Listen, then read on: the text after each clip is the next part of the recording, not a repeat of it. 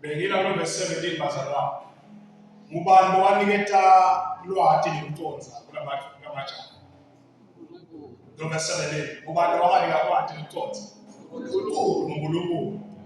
Siyabona bazalwane. The intelligence yabo ihlukene. That is why Daniel is lifted, is mentioned above the other ones. But God gave all of them understanding. Wabaniketa i-understanding bonke. Siyabona bazalwane. I-capability yabo was not the same. Laba nje Daniel abehlabana kubo, but all of them God gave understanding. Ngibona lesi lapho kusho ukuthi bazalwane uNkulunkulu abasebenzisa umusa abaphe nabafunzayo lokukhonza. Hallelujah. Amen, bazalwane. May God do that. Actually, bazalwane, siyakhonza kahle ukuthi nabakhethwabo, bathi nabakhethwa bahlaliswa lapha. Baba number 1, ngisafuna ukuvela ngamapoint bazalwane. So what's in the so uncompromising character. Uncompromised character. They stood firm in what they believe in. Bacela bathi sicela kungapharithi sikwelive. Sicela kopharitisa ngale ndlela akazulunga sepharitha. Sawudumbhi osingasemali ulika noma sekufika isikhathi siyasathi empilweni zabo. Noma sekufika isikhathi ukuthi they are being tested nalo batawufaka umlilo seniyabona ukuthi empilweni. They stood by what they believed in bathandekayo. Amen bazalwane. But it is God who gave them understanding. It is God who provided understanding. Nabajalamane wanika ukonza, lwati nekonza. Kwato tonke tinhlobo temfundo netincwadi letadibhalile. Daniel beseyasho ukuthi wasekuba nesiphiwo lesingedluli lesisebe sisela ukuthi inkosi imsebenzise. Kepha bonke bakhethwa. Amen bazalwane. The point in the data the bazalwane mabili utsizile bonke malembasu la egameni lika Jesu. Now to develop a positive attitude towards the study nosendabo and also towards the lokufundisa. But awuchaza kahle ke labo kuthishela ukuthi wanyanya lo thishela waleso sifundo. Noma uyafuna ukusiphatha. Noma umthola lo 50 noma lo because you have an attitude. The attitude if I don't remember we are develop nje ihambe inuke nje sifike lapha amene sifike. Egameni lika Jesu. Ngiyadibalo dakuhlula hayi ngoba lokuzomsana. Ufaka nje lokho personal. Dibalo zahlukana nabo esikolweni. Sicatshaniswa ukuthi lo thishela labafundisa bekunebhifi naye. Kanti yena ude ibhifi naye. Uyafundisa yena.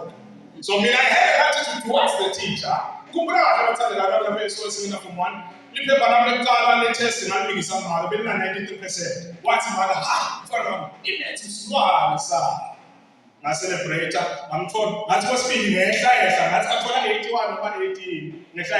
Wathi manje ngaqala ukuthi develop an attitude bese ngadevelop ngafika esikoleni attitude. Ngase ngayidevelopa with our friends. Nokuthi abantu besikole bathini sihleli nabo la abathishela. Sesimbika kaloku esimita wamfunkusho kasebenjeles people ngitholela ukubabala. So sasimbika kaloku sisiyenda lesibamba. I tell you I failed mathematics from form 1 till form 5.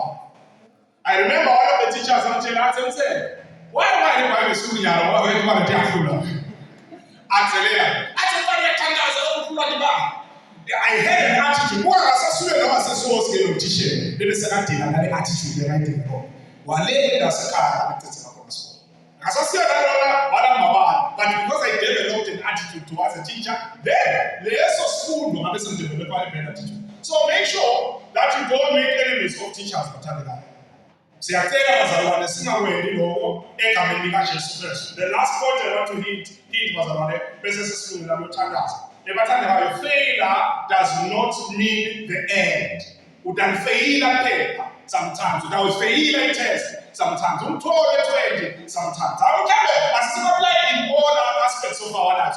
Kukhona la utawufuneka khona but dismal, but clear that you fail. Abathandekayo nasinayi eBhayibhelini amfundise eBhayibhelini ngoba vele siyabuza njalo. Nasinayi eBhayibhelini banga abantu abehlulekile kuNkulunkulu wabendela umusa. Banga abantu abehlulekile kuNkulunkulu wabendela umusa. Aningi kakhulu bathandekayo. So nalo kukhona la wehluleke khona. Akusho kuphela kwendlela khona. Nalo kukhona nephepha losolufeyilile lo akunikeza indlala ukuthi uqhubeke ngabe kukhona abathandeka lokho athi sekune stumbling block khona in your pen angikubaleka so kude noma bhekani ne-season lapho athi ufaile khona lambile nje kude noma bhekani nale-season lamathi khona yakenyala konke kanjani manje failile manje wami bazalwane siyamtshela uNkulunkulu ukuthi asisinde bazalwane egameni likaJesu Kristu ungakumwemi do not stop bazalwane do not stop trying ikakhulu la usasendele umkhakhali hoyo uyaqhubeka wetama uqhubeke bathandekayo egameni likaJesu actually bufakazi lokuqono lo ukuthi uNkulunkulu wangisida wangikhulula uNkulunkulu wangisida wangenela umusa egameni likaJesu amen bazalwane angifuni ke bazalwane kungani sinzi leli point ngoba lo spiritual protection sizawungena kuwo sawuthandaza njalo bazalwane afuna ukuthize bazalwane egameni likaJesu Kristu lokuthi ufuna ukuthi nanawe nje udingake I think the point that imchazi ngilona le mental health nalokuthi unake umtimba wakho communicate when you're not feeling well abekhona taba lotendabo nabe khona into leseyiphatha kabi manje leseyimisa kabi lengena ukuthi ungasakholo uqhubeke mina nje bazalwane I'm one of those people lo adevelopa ngetha ukuthi nangicela nangizina ke-toilet ngaphuma angisho ukuthi ngakhamba bazalwane ngizama ngithaba but the confidence ukuthi kukhona lo inconvenience awena sengathi kulaya hlobo lokwesaba no the confidence yakho ukuthi bathandekayo egameni likaJesu ihealth yakho nalokuthi umphatha kanje ufuna ukuthi ugijime ngisheshe ucommunicate so that thishela kusinde nawe so that ekhaya bakusinde nawe egameni likaJesu haleluya sawudevelopa lo ataba mancane ama-cases ebantu laba ku-higher authority laba-abuser nawo lo mdlalo sakuthandazela ukuthi kusisiwe umuntu wabakliye waba ne-mental health eclear waba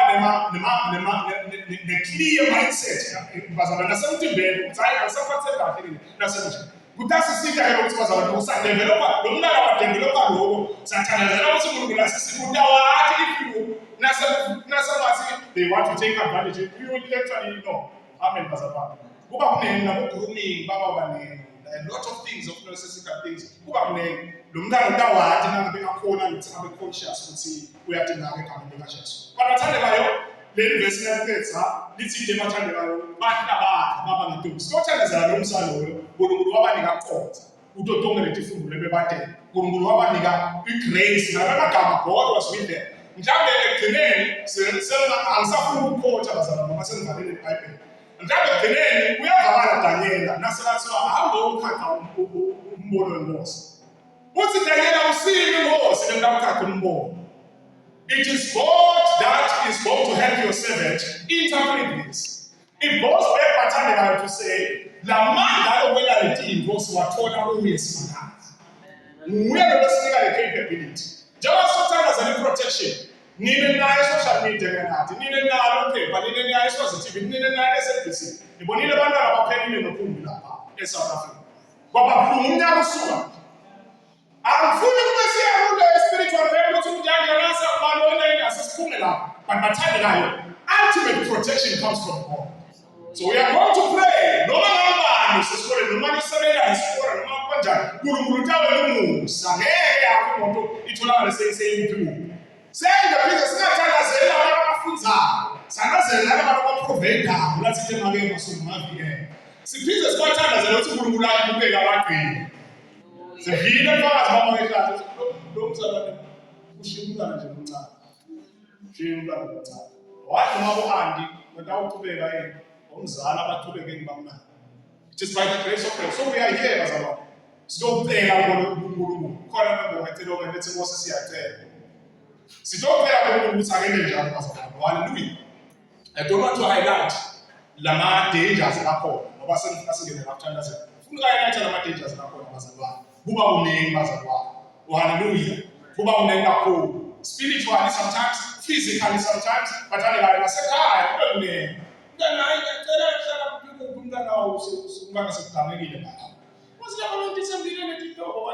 We should pray to God to have mercy as well. There is mercy and grace when it comes to that. Ngiyacela bazalwane sebengithandaza egameni likaJesu Kristu ukuze uNkulunkulu wethu asendele umusa. Hallelujah bazalwane.